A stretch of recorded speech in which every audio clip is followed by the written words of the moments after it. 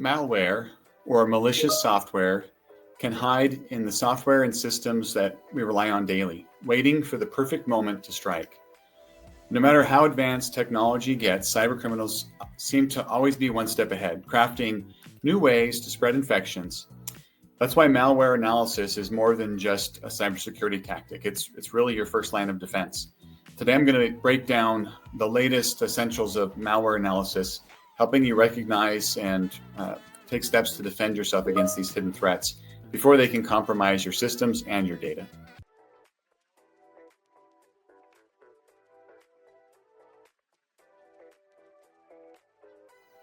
Hello, everyone. I'm Michael Kinnett, CEO and founder of iTernal Networks. And here at iTernal Networks, we believe in empowering businesses and individuals with the knowledge that they need to succeed. So every Friday at 1 p.m. Pacific time, I go live on all of our socials to discuss different topics in the areas of technology and cybersecurity to help empower others. These live streams really aim to help small business owners and employees to feel more confident in their knowledge about business technology and cybersecurity. At iTernal Networks here, we are dedicated to creating safe and secure environments for people and businesses to do what they love. And staying educated on the latest technology and cybersecurity is a big part of that. At the end of the live stream, I'll take time to answer any questions from the audience. So if you have any as I'm talking about malware today, just throw them in the comments and I'll make sure to have time at the end to answer those. With that being said, let's get on to the topic. I'm sure that you've heard the term malware many times. I discuss it several times a year here on the channel. However, it's important to stay up on the latest about how the world is analyzing malware, what it is and what's going on with it, how we identify it, how we find it, and how criminals are using it and hiding it in new ways. Malware analysis plays a pivotal role in understanding these threats and devising effective defenses and strategies against them. By understanding how malware operates, users can proactively protect their devices and sensitive information. And I'm not talking about advanced cybersecurity knowledge here. I'm talking about at the core level of how malware functions. If users understand that, then they'll be able to better understand what they can do to protect themselves from it, as well as how to detect it if it does sneak through. So to start off, I'm going to talk a little bit about some of the common types of malware. Which is short for malicious software. It comes in various different forms, each designed to infiltrate, damage, or take control of a computer system without the user's consent. Each type of malware has its own set of behaviors and methods for infection, requiring different strategies for prevention and removal. So I want to cover some of the more common types of malware. Some of these you've probably heard of, some of them maybe not. And so hopefully this is helpful information to establish this baseline before we get more into this. First off, no surprise, the virus. This type of malware replicates itself by inserting copies of itself into other programs, files, or the boot sector of a computer's hard drive, much like a virus in the human body, right? It infects and then it spreads. Viruses can perform malicious tasks like corrupting data or taking control of system resources as well. Worms is another type, similar to viruses, but they can replicate themselves without needing to attach to another program. They typically exploit vulnerabilities in operating systems to spread across networks, causing both functional and performance issues as they proliferate. The next type is the Trojan horse. Trojans disguise themselves as legitimate software or are hidden within legitimate software that has been tampered with. They tend to act a little bit more discreetly than viruses do, and they create backdoors into your security to let other types of malware in. Very similar to the Trojan horse, right? If you know your history. All right, spyware is another kind, and it's designed to spy on you by collecting information without your knowledge. It can capture everything from your web browsing habits and history to more personal information like usernames and passwords, social security numbers, credit card data, etc. It's on your computer. Adware is designed to try to steal that and infiltrate that data. Adware is another type, and although often not as malicious as other forms of malware we're talking about, adware can undermine your security just to serve you advertisements. It can also be bundled with spyware and other types of malware that we're talking about.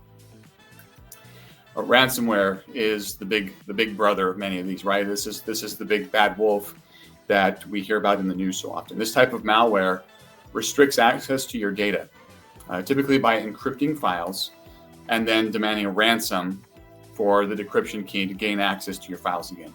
It's become a major threat to businesses and individuals alike.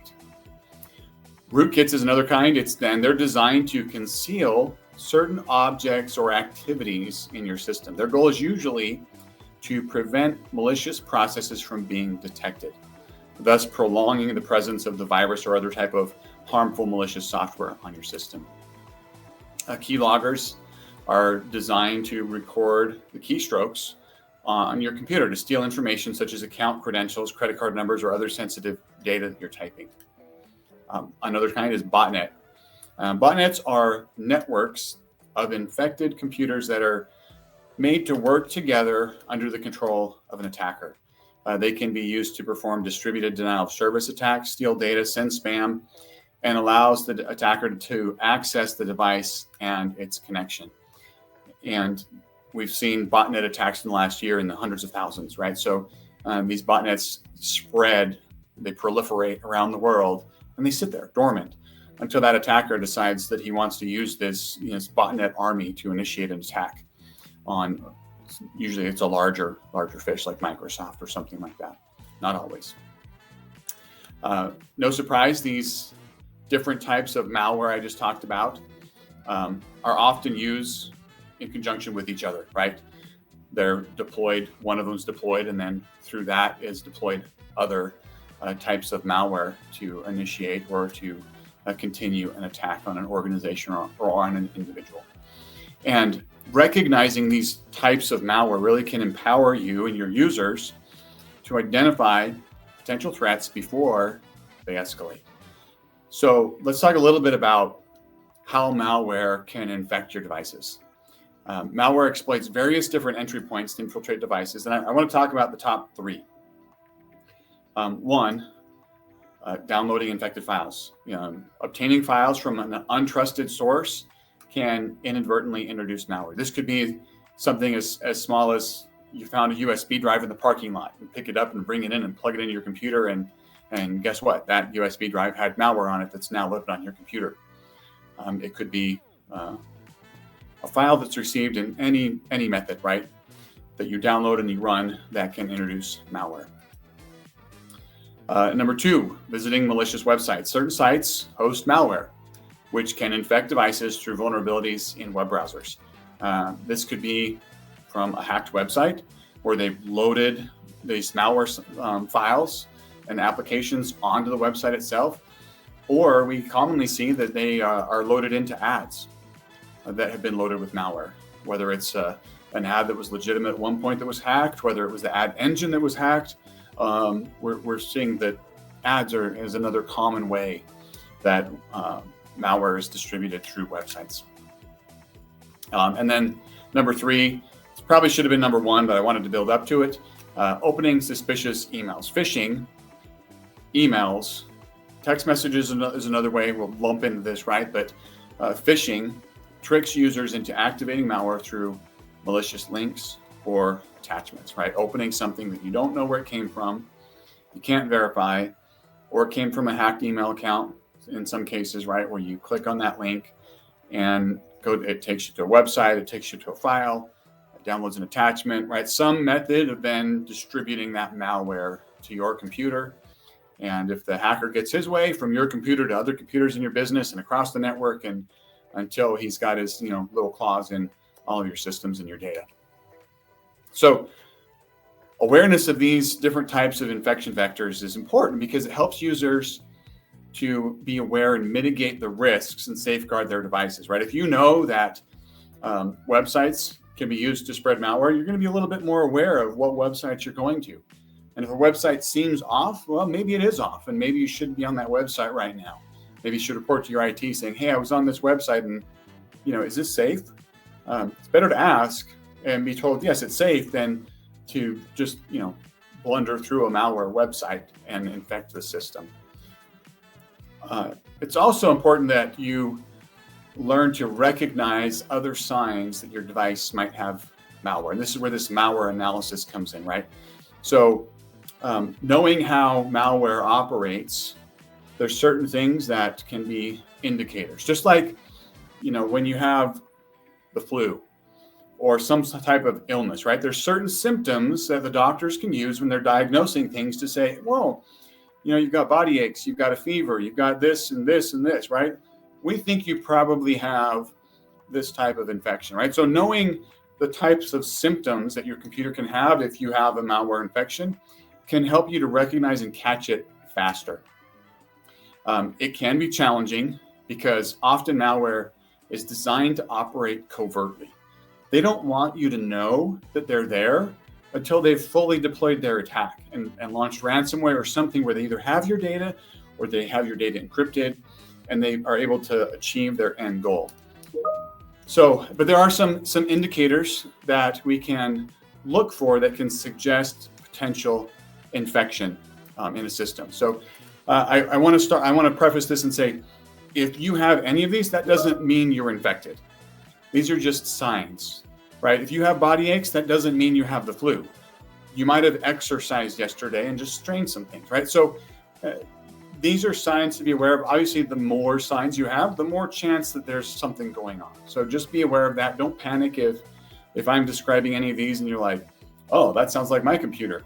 I'll talk about some steps that we can do to potentially clean up and mitigate after I get through this. So here's the potential indicators. First is slow performance. And I'm not talking about a computer that's 10 years old that's been running slow for the last 5 years. I'm talking about a computer that has a sudden decrease in device speed. Meaning yesterday, my computer was fine, and today, man, nothing is working right. Sudden decreases in speed may indicate that there's malware, something running on your computer that's consuming system resources. Frequent pop-ups is another big sign. If you're seeing unwanted ads or messages, that could signal that you have adware or some other intrusive software. That frequently comes through browser plugins and other things. We'll get to those in a minute. Just if you're all of a sudden having pop-ups or unwanted ads, or anytime you open your browser, it takes you to a bunch of websites that you're like, I don't know where these websites came from. That's a really good indicator that there's something that needs to get cleaned up on your system. All right, another sign is your battery draining quickly. And once again, this isn't like it's a 10-year-old computer and it's slowly diminished. We're talking about drastic changes, right? So malware running in the background can drain your battery life faster than normal. So if you see increased battery drain, that's another sign that there's something going on. If you see unexplained increases in your data consumption, that might indicate there's a malware infection or something that's transmitting information without your knowledge or without your consent, right? And so that could be for a cell phone, tablet, laptop, et cetera, right? If all of a sudden you're getting spikes in massive amounts of data being offloaded offsite, that's a huge indicator that something needs to get looked at. And hopefully it's just your backup software and it's nothing to worry about, but be aware of that. Any other changes in your device's behavior? Unexpected app crashes, settings that seem to change on their own. These could all indicate potential malware activity as well. Overheating is another potential sign. Excessive resource usage by malware can cause devices to overheat. So be aware of that. That's another potential sign. So recognizing these symptoms early and responding quickly can help to mitigate potential damage and data loss, right? The faster that you detect it and get it cleaned up, the less likely it is to spread to other systems, to steal your data, to do all the bad things that these criminals want to do.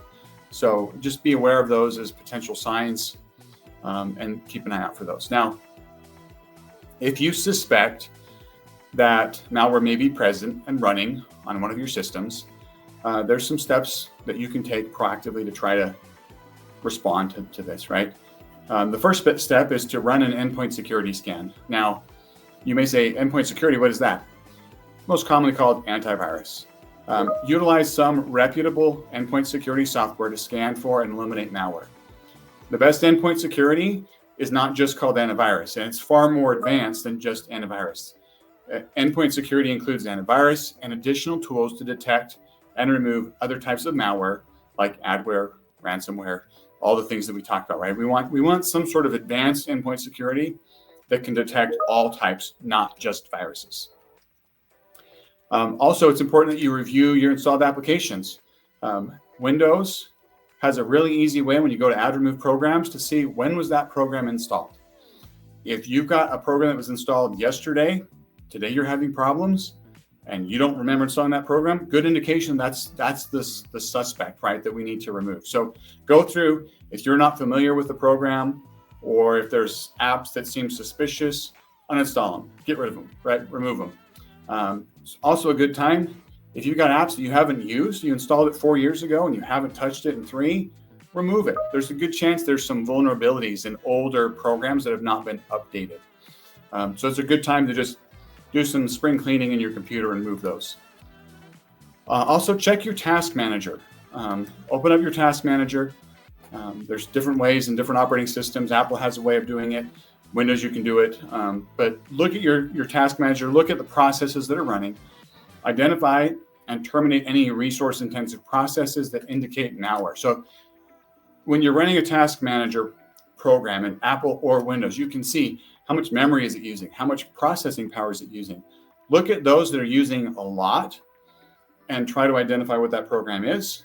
If it's something that you know what it is and it's valid, you can leave it alone. If you don't recognize it, end that process and see what that does for your system, and then continue running all these other cleanup things.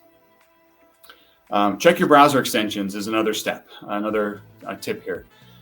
Remove any untrusted browser extensions that these may compromise your security. If you don't recognize it, just remove it.